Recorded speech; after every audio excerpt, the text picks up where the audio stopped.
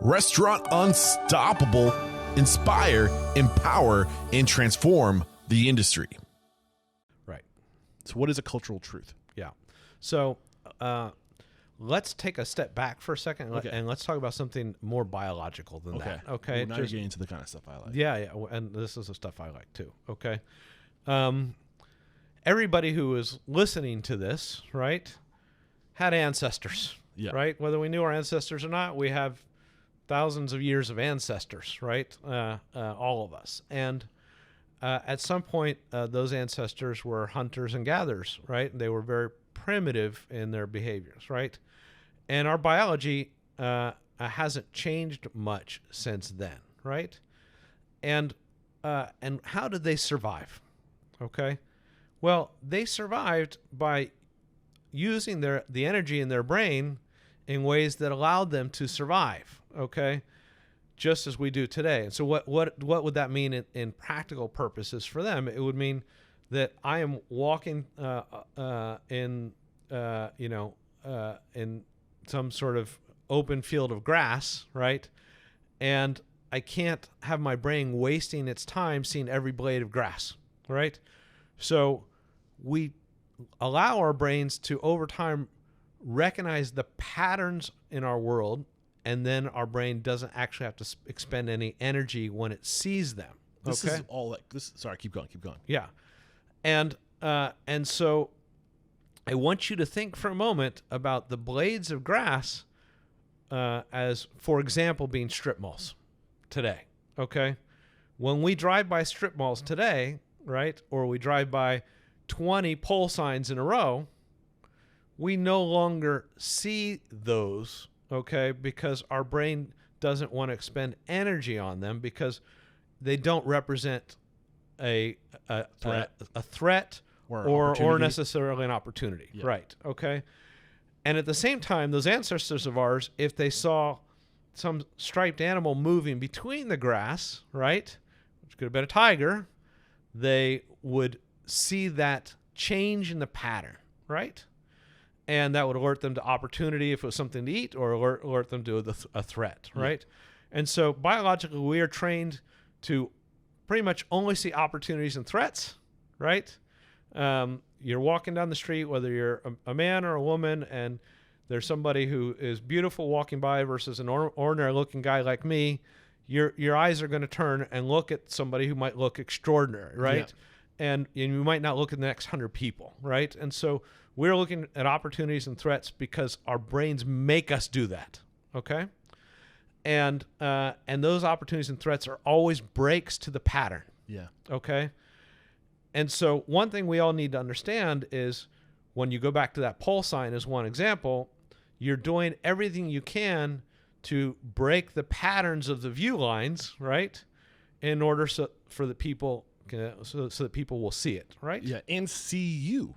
And therefore, which ironically, and this is all the dots like Maslow's hierarchy of needs of needing to be seen, and like these ideas of cultural norms, these patterns is why I think you could even tie this to Dunbar's number with being in groups of 150 in tribal, because beyond that, the patterns, the beliefs started to break up, and it was dangerous because you believe different things than we believe, and now you're a threat. And that's why culture is so important, because it lets us grow beyond 150 so we can share the same patterns and beliefs and religions, which is why religion was so important for our evolution to common day.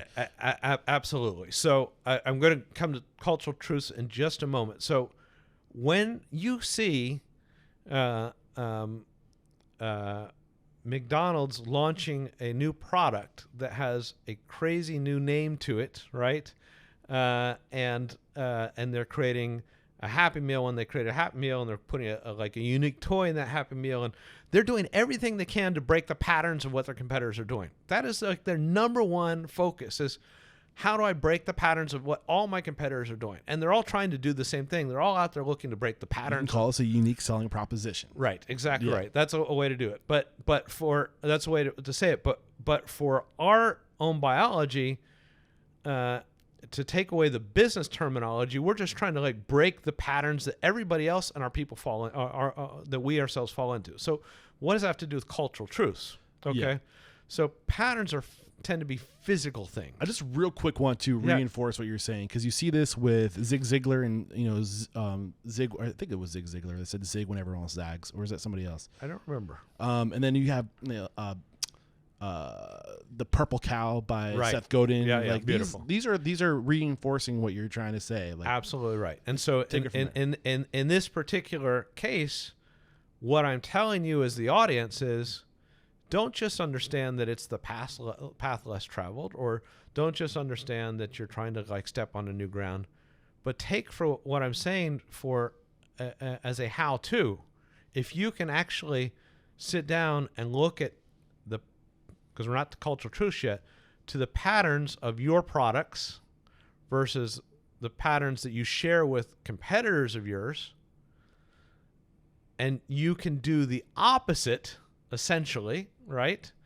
Then you can actually find a way to break that pattern and be more visible, right? Sticking on that one first principle. So, one example that I would use is Papa John's and Papa Diaz. Mm-hmm. Okay, Papa John's went and looked at its day part business, right?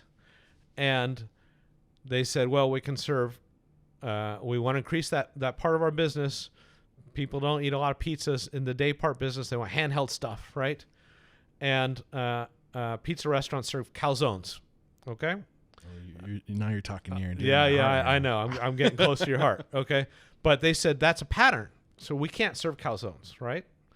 And then they said, well, people in our price point and our geographies tend to be Subway style shops, and they're serving Subway sandwiches, so we can't serve Subway sandwiches either. So those are the patterns. How do we do something that is near opposite to that as possible, right? Because that idea of looking for the opposite or the near opposite is what helps you stand out. Yeah, it's not a little iterative change. It's a jump. Yeah. Right?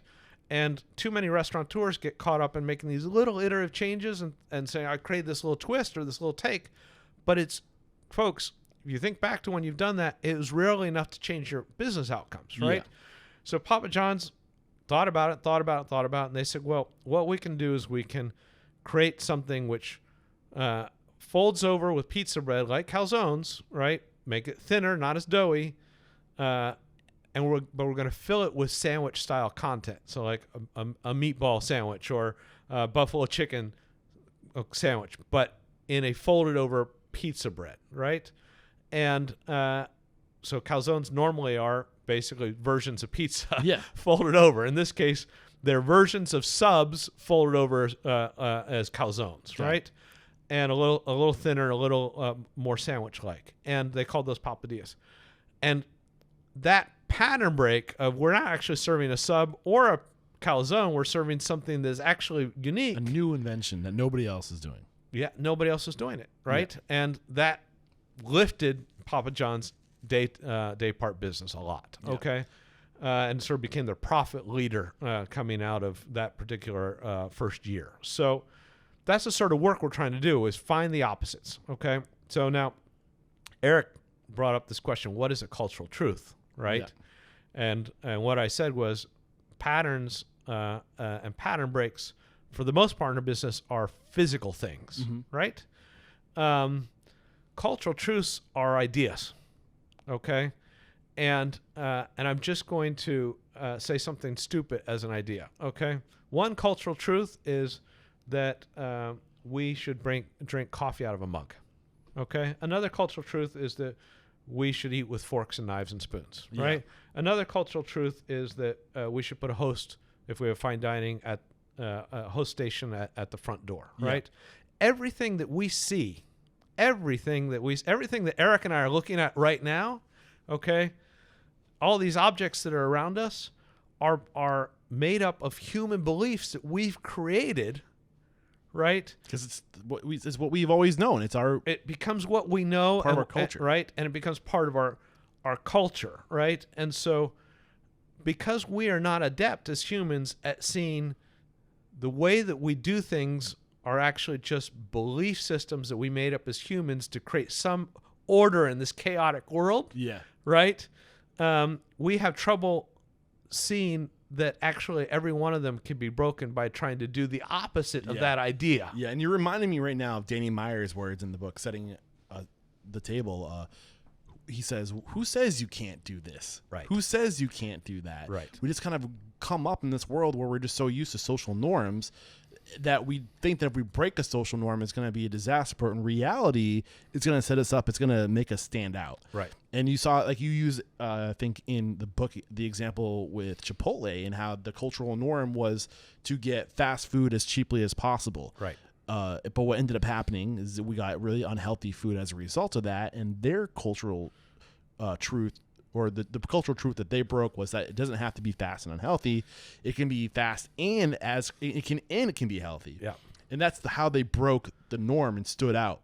Absolutely. So what Eric is referring to is the cultural truth and what is called an a priori truth. And an a priori truth is a truth that you believe should be true, that you now have to go out in the world and prove.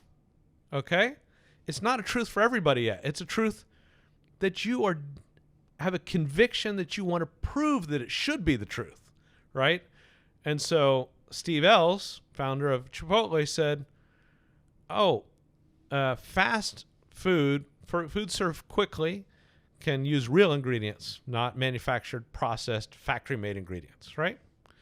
Juxtaposition, by the way, right? That language. And so we're going to use real ingredients in fast food, and we're going to show people where those ingredients come from, and we're going to put them out in front of you so you can see that they're fresh, right? And they're not going to be cooked on a grill that's hidden in back where you saw somebody pull up a frozen patty, right? We're going to put everything right in front of you, and we're going to tell you where we sourced it, and we're going to bring that into fast food. And this is an a priori truth because nobody else is doing it. So we are going to prove this one store Chipotle to the world. Obviously, this was a process over time. He didn't have all these ideas from that first day, right? But he started to learn what he had, right? We're going to prove to the world my new truth, my a priori truth, that yes, food can be served quickly and use real ingredients, right? Yeah. Go ahead. No, you go ahead. Well, and I was just going to say, but every restaurant has an opportunity to do the same thing, right? And so along comes Sweet Green, right? Just went public, and they said, fast casual, because now there's a thing called fast casual thanks to Chipotle, right? Fast casual doesn't just have to be about the cultural truth that it's serving real ingredients, because Chipotle is really about serving real ingredients, right? Not about nutrition and health. And Sweet Green said, actually, fast casual can be about nutrition and health, and we're going to prove that new truth, right? And so for you guys sitting in your offices and at home and in your car listening to Eric and I gab away, what I wanted to say to you is, if you can see a cultural truth of which there are 1,000 cultural truths you're practicing in your restaurant right now, and you can identify it so clearly that you can write it out in a sentence or a phrase, you can come up with an a priori truth from that written down sentence or phrase that can somehow put a dent in the universe, right? Yeah. And that is what every single one of our leaders has done. They have changed the cultural truths, the belief systems we had inherently in the restaurant business, and they planted something that was not inherent to our beliefs just by doing as near opposite as they possibly could. Yep.